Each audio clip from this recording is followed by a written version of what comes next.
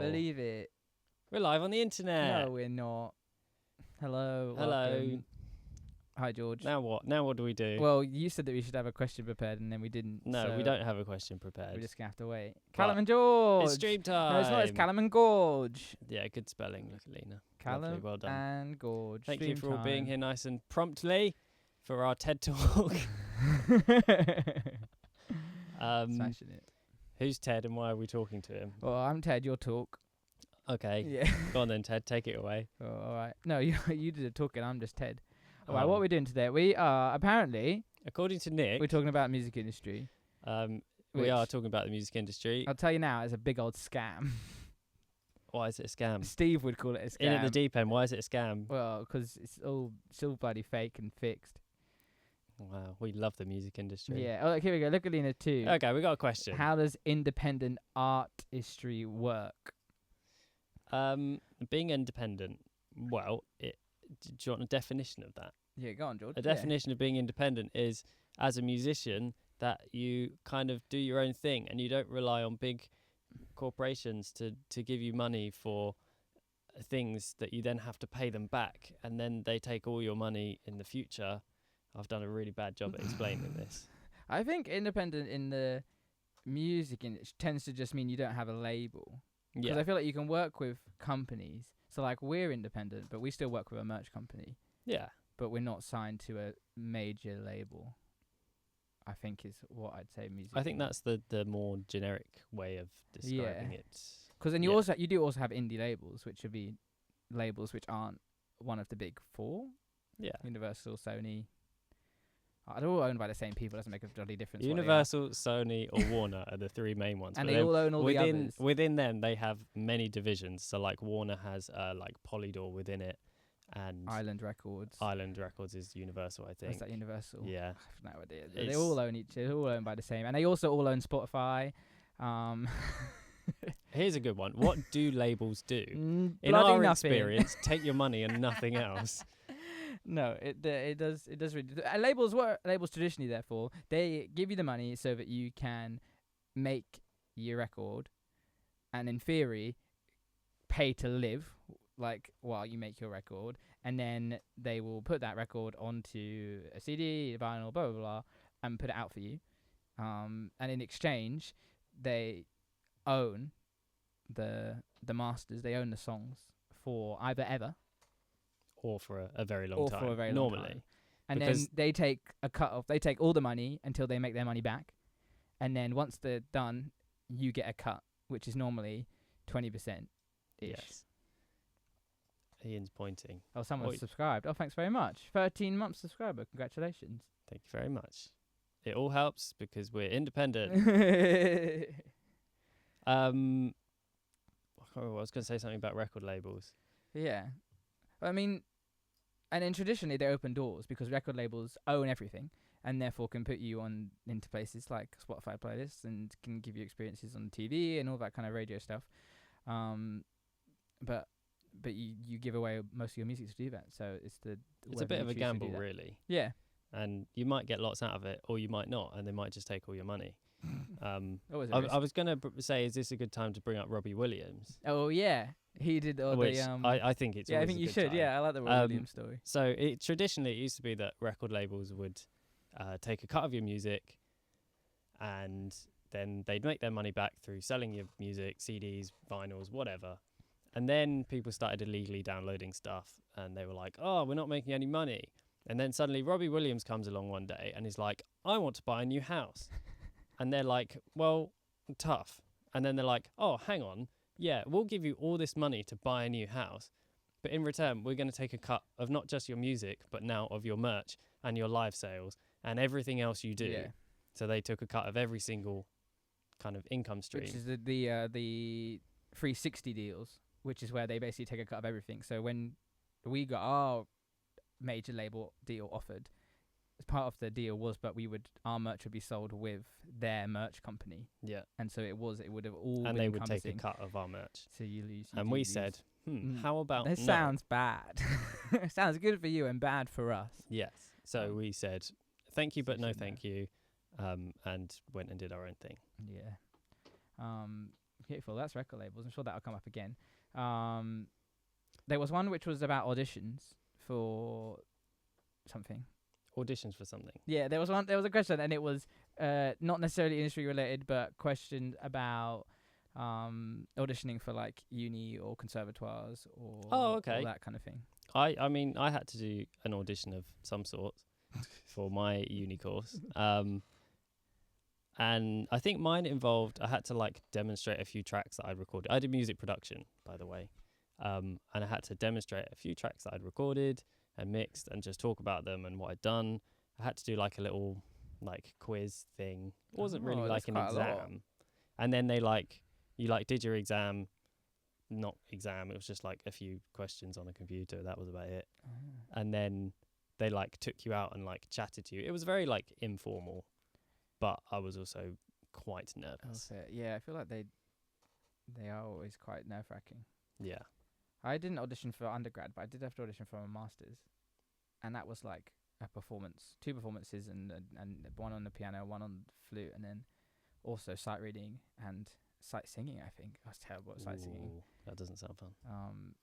And then like an improvisation, but they're all different. But I think the one thing with auditions is that they tend to want you to do well. I think it's horrible for examiners when someone does really badly, and so no one really wants that because it's really awkward and it sucks. Yeah, I feel like they do tend to want you to do well. It's not there for like a pass-fail kind of thing. No. It's like just showing that you have a general understanding of what you're doing. Yeah, and you can mess it up and still do alright. In my one, the pianist they gave me to play along to one of my pieces, they couldn't play it, and they realised that, so I got to do a second piece, which was arguably more stressful, but it's all part of it. It reminded me of my driving test. When I did my driving test, I stalled the car at least 10 times and was very close to driving through a red light, and I still managed to pass. So smashed it. Don't worry about it. Yeah. Why are the camera angles sliding like a PowerPoint is the question there. That's not up to us. I don't know who's doing that. It just happens sometimes. Nick's clicking the buttons. Can we give it out for Nick and Ian behind the scenes today? They were here last week, and now they're Ian, over this there one's where for you. Eden is here as asking the sound perhaps be turned up a little. That's definitely an Ian thing. That's an Ian job. Go on, Ian. There's one here in purple. How can I start doing demos? I got lyrics done, but I don't know where to begin. Do I do voicemails of melodies and stuff? Bonus note: I cannot play instruments. Interesting. I watched a video recently of Benny Blanco. Is that the dude who wrote every single song ever in like 2010? Who said that when he first started doing stuff, not that I necessarily think he should be taken as a role model because I feel like he's a bit weird, but he makes lots of songs. He said he could only play, he was really rubbish at the piano and could only play one note with one finger at a time. So all the like OG songs in 2010 are all like 4 chords, and they're all really like sparse things because all he could do was play 2 notes. Okay. So I feel like don't let not being able to play an instrument limit you, because if you can, like on the piano, or even if you don't have a piano and you just have a keyboard and you have some kind of recording something, you can just play in like 4 notes, and that'll give you a basis of something. And then like you said, like you could just do voicemail melodies like into your notes app and just put those over the top and just especially for demos, they don't need to be good. Trust me, if you heard some of our demos, they don't have to be good. Yeah, I think like just like working, I think we're very lucky having like software and stuff where you can just try something, record it in. If you don't like it, delete it, or like do one little bit and then just add a little bit at a time, like do it 1 note at a time if you have to. Yeah. Like whatever software you're using, I'm not going to say what one's best. They're all great. There's just so much like you can do with it. Yeah, and there are lots of free ones. There's lots of paid for ones, but there's also lots of free software where you can make music and stuff, depending on what you're using. Yes. For example, GarageBand is a great one. If you're on an Apple thingy. Yeah, if you're an Apple person. What's a Windows one? BandLab is free. Although BandLab is made by Spotify, so it's up to you. So who knows? It's up to you. It's free for the basic thing, I think. How do you make a song go from demo to song? Classic. Interesting. I guess what we do is we will record a demo and then we'll start like, again, just using the software, like throwing ideas at it and just trying stuff out. If we like it, keep it. If we don't, delete it. And like the parts will be like 90% there, I guess. It's kind of like almost like continuing the writing process. And then when it comes to actually like recording the song, sometimes we will keep certain things from the demo if we can't recreate it the way we want it. And did we get a sub goal? Wow. Oh wow! It. Thank you very much. I lost my train of thought. Sub goal distracted you. Yeah. What was I saying? Oh, the demos. Yeah, that was it. Sometimes we'll keep stuff from the demos, but then like we'll generally just go through and like almost just replace each part and make it even more specific to how we want it, and just make it the best it can be. Yeah, I love the demo to actual track pipeline because it's a bit like a paint by numbers. We do the demo and you throw all the random ideas at it, and then when we come to make the actual track, we like, okay, right, let's replace the drums with actual drums. And by actual drums, I just mean like, actually properly recorded mics on every drum, as opposed to the demos, which are just like kick, snare, and a hi-hat, whatever. And then that's done. Okay, cool. Let's replace bass and decide exactly what sound we want. And I feel like it's quite fun. It just kind of slowly builds up into like an actual song. My favorite part is always getting to like rhythm guitar, where you've got like drums, bass, keys, rhythm guitar, and everything's just like, I don't know. It hasn't got too complicated yet. Yeah, but it's just and everything there. is just like chords, slamming it down, and it sounds great. It makes me happy. Hell yeah. There's loads of purple ones at the moment. Goodness me. I have 9 songs written and demoed, and I'd like to record them, but I don't know where to start. Do we need a producer? Should I go to a recording studio? I feel stuck. You're the producery person. But I would say I feel like you don't need to go into a studio or get a producer. I feel like most things you can do yourself nowadays. Yeah, and I become think cheaper, and the more you can do yourself, the better at it you get. And almost like do everything you can yourself, and then when you take it to someone else, they're going to take it up a level, but they can only take it up one level from where it currently is. And it will suck to start with. Yeah. The first stuff we did before Bears in Trees sounds horrible. Like it really it really is bad. But you do the crap stuff in order to get better the next time, and then get better again and again. Yeah. And I feel like we're still doing that. We still try and improve on everything we do. Like even from what we were doing last year, we've we've changed things, and some things aren't as good in some ways. Sometimes that's because of like external factors.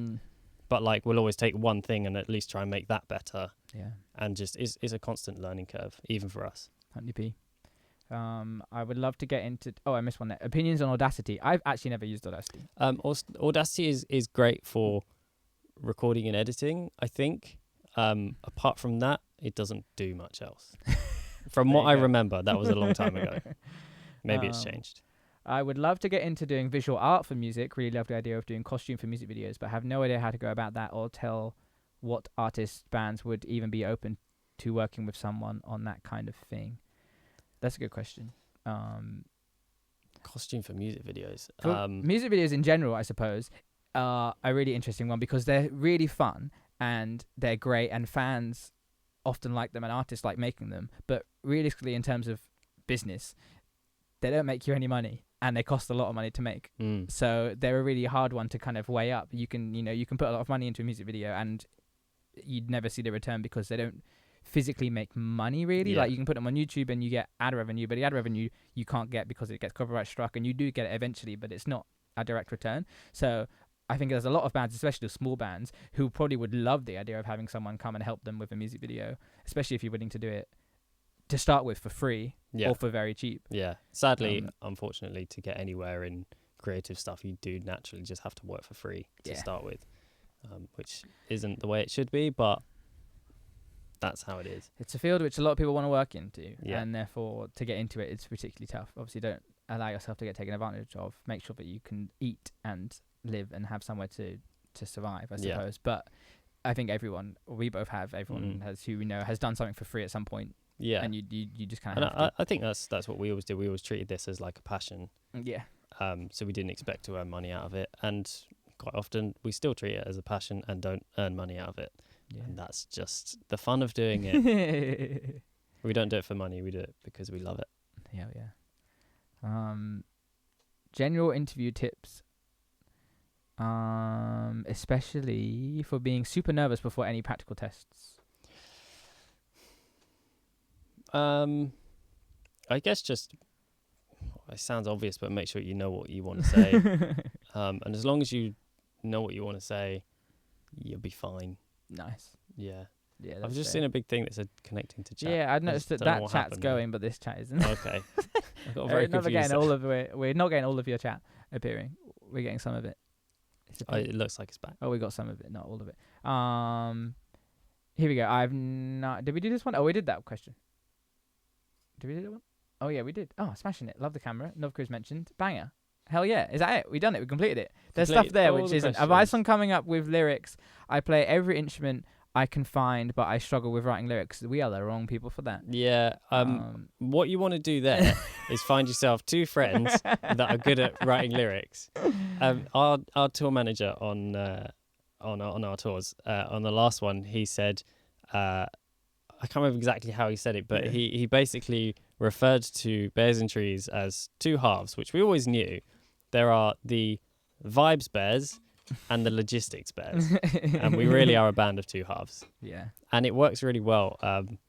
If you're not good at something, surround yourself with someone else that is good at it, because then they will be a string to your bow and you'll be a string to their bow. And yeah. I mean, I suppose if you do actually want to write lyrics, I guess you got to write rubbish lyrics. I feel like writing lyrics is so cringe.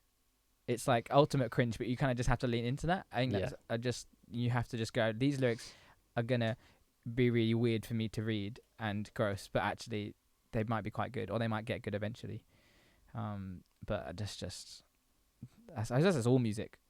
Yeah. Writing stuff and putting it out there is the hardest I one. still can't get over writing lyrics and them being awful. I don't think I ever will. But I've accepted that and I've moved on. As someone who might want to do music production, could you give maybe explain a bit about it? Music production is the production of music. I mean, there's so many parts to it. How did you get into music production? Through what, music tech A level? Yeah, music tech. I started doing that. I guess I always liked music. There's a joke that like every sound engineer or someone that does music production is just a failed musician, which I do think there's some truth in it, sadly. So maybe I'm just a failed musician. You're trying to do both. Yeah. I think, well, the reason I started doing any music tech stuff was in order to record the music. I feel like that's a fairly thing. It's like you start doing some type of music and you're like, right, I want to be able to record this well, better than just like a phone recording or whatever. And so then you go, okay, right, how can I do that? Well, I'm going to buy myself a tiny interface and I'm going to plug in guitars and I'm plugging in vocals and I'm going to start there. And that's basically music production. It's just turning live music into binary. Yeah, and then you end up going down like all the different avenues that then involves. So you start off with being like, yeah, I want to get into music production. I like recording things. Okay, I've recorded it. Now what? Okay, now I need to learn how to mix. Okay, well, there you go. I've mixed it and it sounds all right. But it doesn't sound like that song that I really like. Why doesn't it sound like that? Okay, well, you got to take it back. Like, make the recording process better. Then you add in, like, editing, which is a whole process that comes between recording and mixing.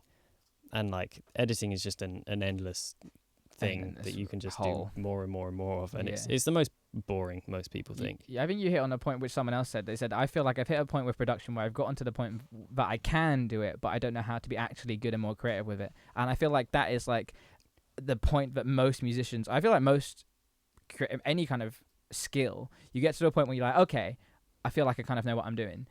And then it's whether you can decide to put the effort in and the real hard work to go over that ridge. There was I think it was probably Ian who was explaining this, which it feels like sort of thing you talk about, where like when you start learning something, you think you know loads about it. And you're like, oh, I got this. I'm smashing it. I'm nailing it. And the more you know about it, the more you realize you don't know about a subject. So once you get to like that precipice of I can do this, you then got to almost go back to basics and like completely re-examine it and go, right, how do I actually do this thing? I mean, you said there, it's just like you make something, you go, oh, it doesn't sound like that mix. And so you go find another piece of art which you really like and go, right, as an experiment, I'm just going to try and replicate this and copy that completely and work out the skills which they use to do that and then go, oh, cool, they've done that on the drums. Cool, I could try using that on the drums, and then you just pick up a new skill in a different place. Yeah, that reminded me. I've heard this somewhere and I don't know where it is, but it's like you learn like 80% of something in the first like 20% of time, and to find like learn that last 20% will take you 80% of the time, if that makes sense. If you could like complete a subject, you can learn lots like straight away because you know nothing about it. Yeah. Then as soon as you start learn, like you know all the basics, Yeah. and then the really like intricate stuff is gonna take you It's all the a hard lot bit. longer. Yeah. So I don't really know how that answers the question of what to do next, but I guess a good thing to do is like work with or under or like shadow other people that are like the level above you. Yeah, because we're self-producing this current stuff we're working on, but so much of what we are doing we learnt from GP, who we worked with. No, I said GP, who we worked with on the last stuff. Yeah, like I feel like we're doing stuff and we're just like being like, oh, what would GP do? What would GP do in this situation? Okay, yeah, we're gonna do that and try and do that. Yeah, and I feel like sometimes like if you know nothing and you're trying to like shadow the person that's best in their field, it's not going to be useful. You're better off shadowing someone that's like 1 year or 2 years ahead of you, not someone that's been doing it for like 40 years. Yeah, that's valid. That's a good shout. Yeah.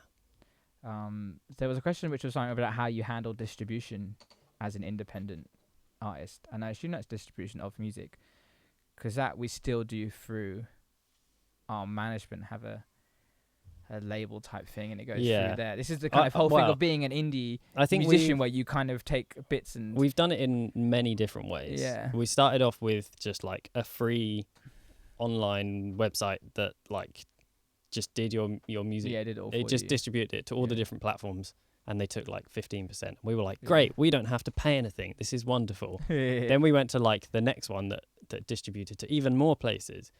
And I think that was free at first. Then they started charging. So then we paid like £50 a year or something.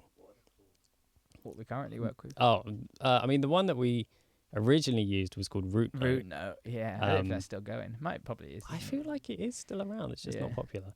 Then we moved to one called Amuse, who were amazing and very free for a long time, but now they charge. But they're still very good. They're still pretty cheap. We pay like $50 a year, and we get to keep everything. Yeah, which is quite good in terms of all the stuff which is on Amuse, because obviously it goes to different places. Yeah. Then obviously we signed some of our works with Counterintuitive, so that goes to our lovely friend Jake in the US, and then he distributes it on our behalf. Mm-hmm.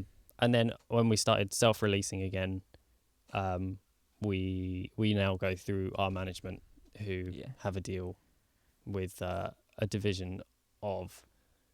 Well, I guess it is the Orchard, who I think are owned by Sony. Because everyone's owned by either Sony, Universal, or what do we call them? But that does still make us independent. Yeah. Well, this is the thing. This I think which is interesting about being independent artists, because you have indie, the genre of music, which is indie, but you can be an indie artist without being independent. Yeah. And then you have being independent, and I think nowadays, especially being independent, it's so varied. With you might have an indie label, you might not have a label, you might have management, you might not, you might have a booking agent, you might not, and you just kind of exist within the industry. And I suppose for me, being independent just means not signed to one of those major labels, and you pick and choose. So you might distribute yourself, but you might have management, you might not have management, but you might do this, and it's just you're just getting by, you're floating around and doing what you can.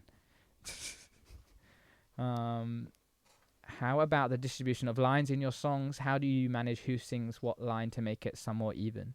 That's interesting. Most of the time the demos are normally just I think what dictates it the most is who has the more complicated instrumental part at the time of demoing. So if someone has just like straight block chords and Ian's got a really complicated bass line, I'll sing the melody for most of it. And then, but if it's the other way around, then Ian will sing the melody and also play. And then when we come into the studio, if you've come up with a melody, I feel like we tend to stick on who sang it. And then every now and then we'll just kind of redistribute. If someone's singing the whole song, we'll redistribute so that someone else will sing little bits. But there's no real rhyme or reason. It really is a vibe. I think quite often it's our lovely lyricists love writing too many words. So we'll have a verse and someone will just about get through it and cram all the words in, but then they realize when it comes to the studio, actually they physically can't sing 2 words at once. So that's Yeah. when you split it up, and then the lines can like slightly overlap Yeah. between one person and the next. Or if someone else takes over, you don't need to breathe in the gaps, so someone else Yeah. can. You just kind of fiddle it around. In But some yeah, ways, it's quite helpful having two vocalists. Yeah, it is. Yeah, it is a bit. Also, I don't know how we do it live. If I had to sing every single melody live every night, it'd be dead. Done. R.I.P. Ain't happening. Feedback. Oh, how to get feedback on things. How to get feedback on things. This is one which we talked about recently, because now we were self-producing and we're going to end up, we're not working with blah, blah, blah. One thing which is great about a producer is that they are like an independent third party, so they're not in the band, and so it's a bit easier for them to give advice and feedback. And so we were talking about whether we could find someone who could give us the same feedback, and we kind of fell on the we were struggling to find who that person was, and we actually kind of realized that when you play music in front of someone else, it sounds different to you. So you don't actually necessarily need someone else. You don't need someone who's musical to give you feedback. You can just play it to anyone. But when you're listening back to it, you suddenly notice all the things which are which are wrong, or make you feel like, oh, that bit feels weird, that bit feels weird. And then you should write those down. And then you can almost give yourself feedback just by having the presence of someone else in the room listening to it with you. I think also just like playing it to anyone, even if they don't understand music production, whatever, they understand just like what humans like, if that makes sense. Yeah. So like if something sounds wrong to just the average person, then maybe look at it. If they don't notice that there's anything wrong, then it's probably fine. That's a good way of like finding out if you're not sure about something, if it doesn't work. That's good. Someone also mentioned about getting better at singing specifically, but I guess this also applies to any instrument. Yeah, it's getting better at singing is just practice, which is a very boring answer, but it is the only way to do it. I feel like we all get better at instruments singing, regardless of just doing it year on year. Being in a band for 10 years, you just get better as you do it more. You just have to force yourself to do it. Yeah, I think, again, like going to someone who is maybe just that little bit better than you, or maybe just has a bit more experience, and just, learn from them. You don't have to necessarily pay for like music lessons or whatever. I know obviously not everyone can. Yeah. But it's good to just be around people that have slightly more experience than you, because they will naturally pass things on to you.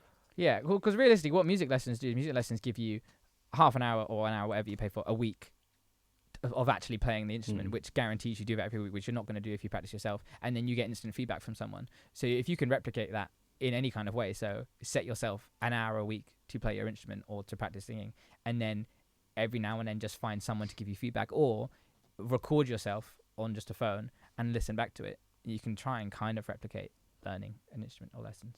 Ian's pointing. Maybe a stupid question, but did you, brackets Callum and or Ian, actually have singing lessons or not? No, neither of us had singing lessons ever. But we were in choir at school, which had some kind of, there was every now and then there was some singing theory involved in like kind of how to breathe and that kind of stuff. But no, we never had actual singing lessons. Yes. We were in choir in school. It looks like there's a minute left. Nick has told us we have 1 minute left. So any final questions? We'll do I love the way I was doing the camera. The zooms are so funny. How do you go about getting gigs when you're starting out? Just try and find local venues, local promoters. Just the more like, if you have a local scene, that's wonderful. If you don't, it's hard. But just if there aren't any shows, put on your own shows. There's lots of questions now. Is this the reason you send your songs to loved ones so they can listen to it? Yeah, partly, and also it's just nice. They get to hear them first. Yeah, it's nice of them, isn't it? Get their songs. What the promotion companies do? Not a lot. They take your money and don't do anything for it. Yeah, harsh but true. You should play us all of your demos. No, we can't do that because then you'd hear the songs. Yeah, that's not as fun. You want to wait until they're done. How do you get better at listening to music? Listen. Actively listen. As if you can do it in the car. I do it a lot in the car. Is you listen to a song and you go, right, this time I'm going to listen to the drums, and you try and listen to just the drums. Try and work out what the kick pattern is. Try and work out what the snare's doing, and then listen again and go, I'm just going to listen to the bass line and try and work out what the bass line is. And can you sing the bass line back? You can go through and you can see if you can pinpoint. People will talk about like having a good ear for music. you can train your ear. Most people do train their ear, so don't think that you can't. Even if you might start further back than someone who, Yeah. you know, someone who's naturally really good at it, but you can still train yourself to get better at these things. Yeah, someone else asked a question about like music theory and hearing like notes and chords and things like that. Again, you just have to keep practicing, Active and listening. yeah, just keep working on it. Your ears are like a muscle, and you have to strengthen it. Yeah, There you go. that is a great. Your ears are a muscle. And on that note, go and exercise those ear muscles. Yeah, we'll see you again on Thursday. See you on for Thursday. our regularly scheduled Thursday stream. Thanks to our Patreons for being Patreons and for helping us independent musicians continue to be independent musicians. Stay tuned for more things coming this big way. things coming soon. Hashtag new music. Hashtag big things coming soon.